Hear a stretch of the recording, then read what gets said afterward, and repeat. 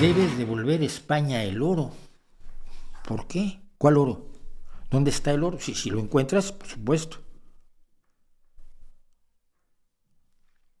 Yo ya quizás me repito, y si me repito me van a perdonar, pero esto es algo que quiero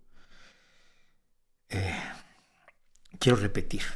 Quiero llegar a la más gente con esta idea. Miren, los países que expoliaron a otros países no se beneficiaron de su expolio como países. Los que se beneficiaron fueron una pequeña élite. En el caso de España, la aristocracia. Los aristócratas se beneficiaron enormemente y luego el dinero viejo que también salió de la aristocracia. En España todavía gran parte de las grandes fortunas siguen siendo de la aristocracia. La duquesa de Alba, o bueno, ahora el duque de Alba es el mayor terrateniente de España. Los países, pues como tales, no se beneficiaron del expolio en general. En España los pobres no dejaron de ser pobres porque en América se trajo mucha plata de América y mucho oro.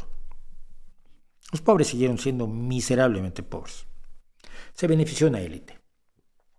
Suelo comentar que en la Holanda del siglo XIX los campesinos a los que retrataba Van Gogh eran campesinos miserablemente pobres que solo comían patatas o papas.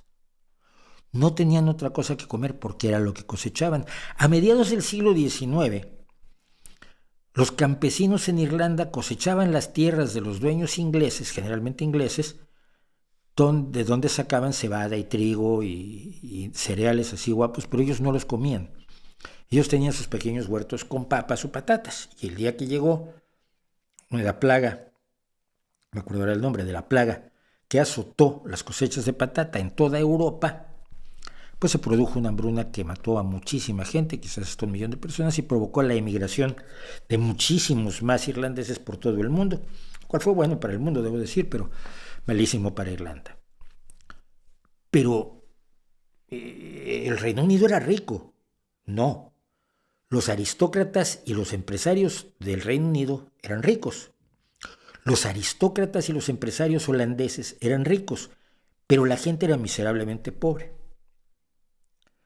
Hoy que no existen las monarquías que expoliaron a esos países, ¿qué me vas a decir? Que mi vecina, la que pasea al perrito que le ladra a mi perrito, es muy simpática la señora, muy agradable, ¿te debe algo a ti?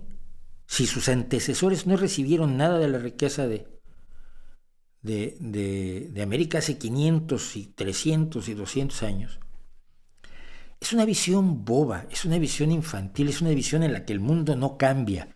Es una visión según la cual tú eras el dueño del oro o de la plata que se sacó de las minas de Guanajuato en 1632.